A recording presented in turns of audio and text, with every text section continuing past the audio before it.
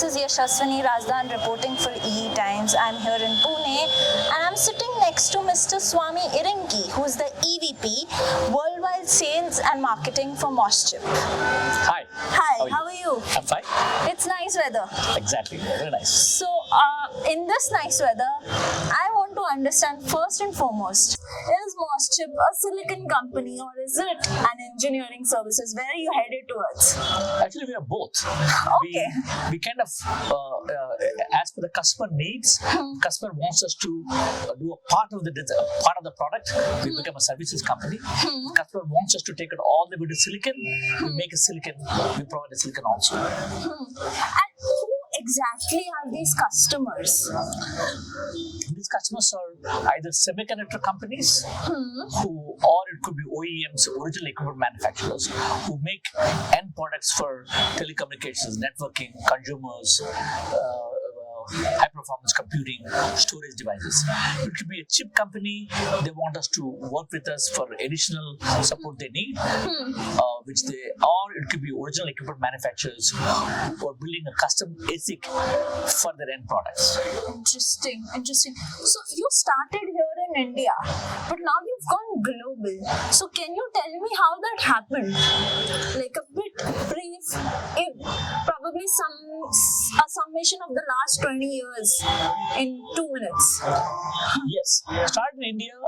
Of course, we wanted to develop the products for the local markets, but as a product services company, we want to service the global clients, so that we can service the global clients located in North America or Europe or in Pan Asia, and that's why we become a global services company. Providing engineering services and silicon services and software services, etc. Full product engineering services from ASIC to AI for all of our global clients. Interesting. And how would you say so you started as a product development company here in India and then you moved to, providing services. So in India, with all of this Atmanirbhar Bharat and product development and semiconductor mission, all of this happening all together simultaneously, the last decade has been very active for the electronics industry here in India.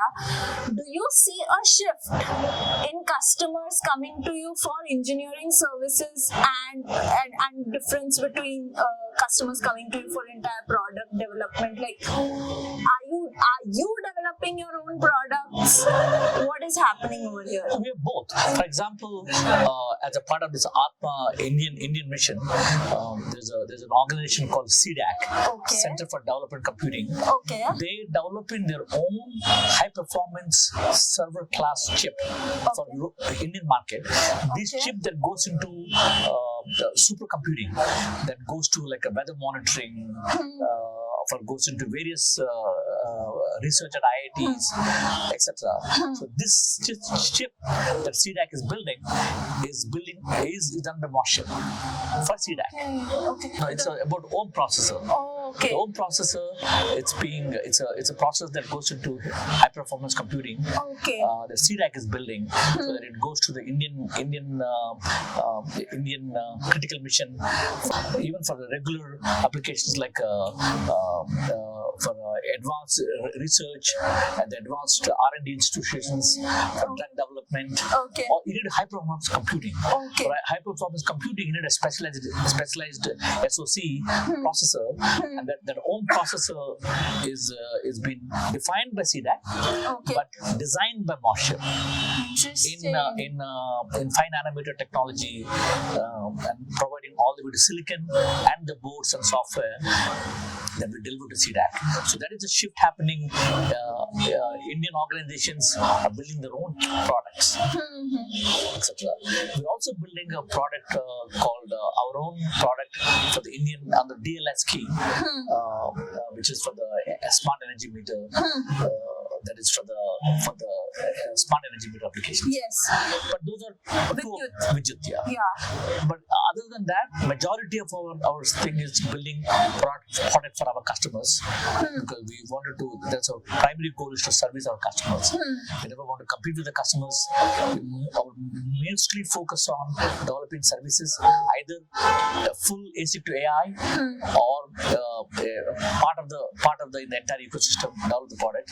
But we do find some niche applications where the government, Indian needs or local needs are there. We will develop our own products. How does your services market in India compare to your global services market? Today, most of the services market is targeted to the global actually. Okay. Because the OEMs, there are not that many OEM companies in India developing their own custom silicon. Okay. So most of the custom silicon market services coming from North America and Europe and some other Asian countries like Korea and Japan. But I think, as I mentioned, CDAC is an example. Yes. Similarly, there are Indian companies are trying to develop their custom silicon. They want to differentiate in hardware through silicon. We have heard some companies that make fans, ceiling fans actually. They want to develop their own ASIC for the fan, for a better power, better smart fan, etc. So I think the discussions are happening in the right direction. So we're seeing the trend happening. There are more and more companies, OEM companies in India, want to develop their own silicon to differentiate in hardware and software. But today, majority of services still come from North America. So, if you were to categorize the target industry segments, what is your current target industry segment globally and then in India? Globally, most of them are in computing, networking, telecommunication, IoT, and consumer segments. Okay. I think in India, as I mentioned, this high performance computing has taken a thing. Yeah. We see a big potential in the consumer application in India. Consumer. India is a big consumer market. Yes. With close to 1.4 billion. A lot of consumer applications will need this thing. We're also seeing interest in networking, telecommunications. We've seen interested in these companies that develop the ports, maritime navigation. We got some inquiry came from an ASIC for maritime navigation. Interesting. How to monitor the ships around it. Okay. Targeting, they can do the monitor of the ships, etc. So there are, and industrial automation also, they're getting some inquiries. So I think the things are happening in India, both in consumer and networking and high performance computing. Interesting.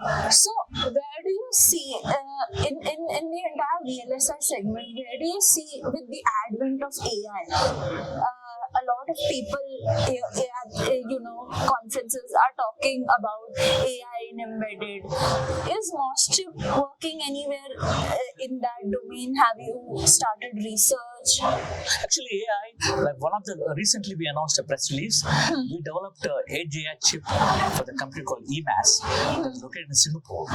So it's an Edge AI for robotics and drones application. Extremely low power. It is their chip, but MosChip has done complete design all the way to silicon. And we're providing silicon to the company based in Singapore. It's called EMAS, and EMAS recently got acquired by a NanoView company in Australia. And so that's based on AI. I think AI is going to spur because AI needs one advantage. Earlier days, one CPU architecture is to cover many markets. Yes. Nowadays, it doesn't work. Yes. You need a domain-specific architecture, domain-specific application. So many AI is going to spread for drones, and what works for drones and or a security camera may not work for some other application. True. So it's going to spur more silicon, more designs will come, and MosChip want to service all the customers. Because we want to enable our customers in either in AI, everything is going to be AI enabled, everything going to be smart, everything will be connected. So in various applications requires a domain specific custom silicon, and MosChip wants to enable the custom silicon for our customers. So we wanted customers to think about the product, how to sell their end product, leave the design and software development, etc. to MosChip, so that they can succeed. They can focus on their core area of product and selling the product and finding the serving the end customers, the design and software and the product ASIC to AI, MosChip can do. Interesting, and that's a very very focused and targeted outlook towards helping your customers. What I want to understand is, do these customers that come to you, like, is there any sort of IP sharing model happening over here? Because a lot of the effort and services that you're putting into designing a product for somebody else, a lot of research goes in from your end. So does MosChip ever have or feel the need to own more of the IP over there? So it depends on this customer ASIC. Customer their own IP. So they bring the IP. That is the secret sauce they have. Yeah. For this company called EMAS, they developed neural network process engines for low power, specifically for that application they're going after, robotics. So that IP comes from that IP comes to us along with a lot of third-party IPs from this IP companies. We merge that and download the custom silicon, so that IP belongs. In this case, that IP that came from the customer belongs to customer. But if we see a need for a generic IP that helps many customers, we might develop that IP special, and we might offer that as a part of ASIC service to enable if it's a common IP is required. And especially on a software side, we don't call it IP. We created a frameworks. Yes. Taken all the third-party software development. We created a lot of frameworks, so that the starting point is not ground zero. We start at a higher level, so that we can improve the time to market. Yes. But we're not calling it an IP. It is a framework. Okay. We created so that we can develop this end applications quicker, so they go to market faster. But it's a definition of a framework with IP. We don't want to call it as an IP and getting into the licensing, etc. We call it more of a framework for enhancing the time to market. So today I would say most of the IP come from either our customers have their own IP or using third party. We have not in certain applications we might develop. In the case of the widget, we developed our own IP requirement because it's required. Yes. But for most of the ASIC applications, either the IP comes from the customer or the third party. Okay. 5 years down the line, 10 years down the line, with all of these advancements, like right now we are at an exponential growth curve stage in electronics, semiconductors, especially here in India, and globally also because of the advent of AI, as I mentioned. So where do you see this going forward, and where would you place or foresee MosChip on this growth curve or this path? Yes, it's a very good question. I think the demand for silicon is going to rise more. As I mentioned, obviously, every application is driving semiconductor. Yeah, semiconductor is not a vertical; it's a horizontal. Yeah. So it's going to be every application requires semiconductor. So we see more and more demand for design and for silicon, and MosChip want to play a role. AI and maybe the next generation of AI, even maybe going to the quantum computing. We want to go there as the industry evolves into the quantum computing area. And also, other than silicon, we also wanted to help customers. Let's say we develop a silicon platform for a customer. That is one project we do for a customer, develop silicon platform. But based on the silicon platform, you can develop 1,000 other products. So I don't want to name develop a platform. It's a one project. The platform can be leveraged to develop 1,000 products for different applications.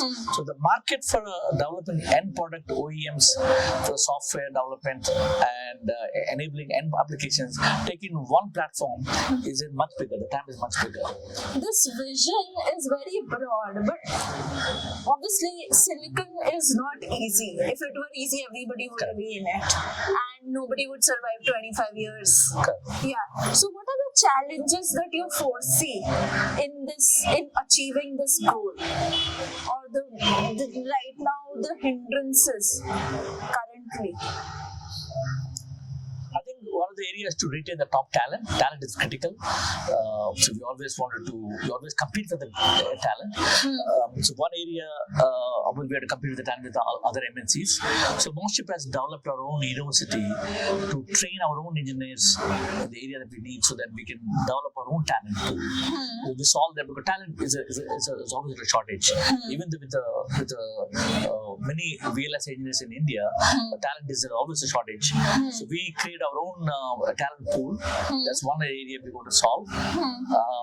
Then other areas are, we forge many partnerships with. We have a lot of large EDA companies. They play a critical role.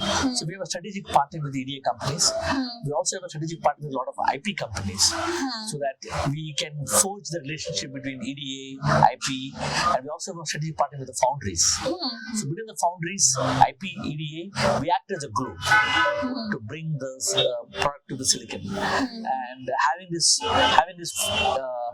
working on the challenges in advanced nodes, this work with EDA companies, work with IP companies, and validate these IPs in silicon, so that the end goal is to make a right first time silicon. Obviously. That's important, because the cost of development is so high. Yes. So we kind of work with our ecosystem partners, act as a glue with our ecosystem partners, so that we can deliver right first time silicon. Is important. All right. Well, thanks a lot. Thank you so much for sitting and having this conversation. Thank you very much. I appreciate it. Thank you.